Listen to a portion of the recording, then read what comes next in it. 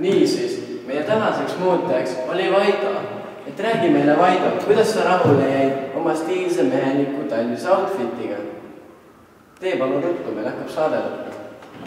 No, ma ise olen nagu hästi rahul, et ma ei oleks elu sees uskunudki, et riietuse ja soengu ja sellise meigiga võib anda sellise meheliku jume ja tunde. Ma tunnen ennast, et ma oleksin nagu uuesti sündinud, ma olen jälle noor ja stiilne. Et Senja, suur tänu sulle. Ma ei tea, mida ma ilma sinuta teinud oleksin, aga sa tõid mu jälle elule, et suur aitäh sulle. Ja ma tahaksin kõigile eestlastele südamele panna, et Jumal eest, ärge kartke muutusi, et olge avatud, olge rõõmsad, olge stiilsed. Tšao!